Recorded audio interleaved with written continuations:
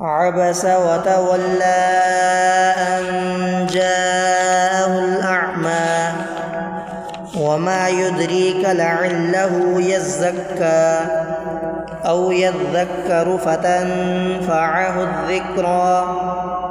أما من استغنى فأنت له تصدى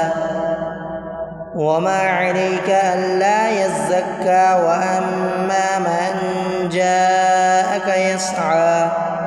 وهو يخشى فأنت عنه تلهى كلا إنها تذكرة فمن شاء ذكره في صحف مكرمة مرفوعة مطهرة بأيدي سفرة كرام بررة قتل الإنسان ما أكفره من أي شيء خلقه من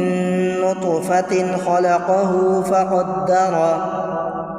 ثم السبيل يسره ثم أماته فأقبره ثم إذا شاء أنشره كلا لما يقض ما أمره فلينظر الإنسان إلى طعامه أنا صببنا الماء صبا ثم شققنا الأرض شقا فأنبتنا فيها حبا وعنبا وقضبا وزيتونا ونخلا وحدائق غلبا وفاكهة وأبا متاعا لكم ولأنعامكم فإذا جاءت الصاخة يوم يفر المرء من أخيه وأمه وأبيه وصاحبته وبنيه لكل امرئ منهم يومئذ شأن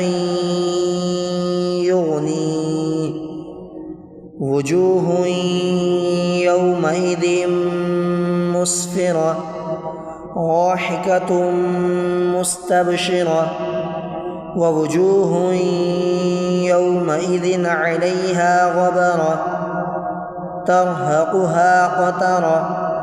أولئك هم الكفرة الفجرة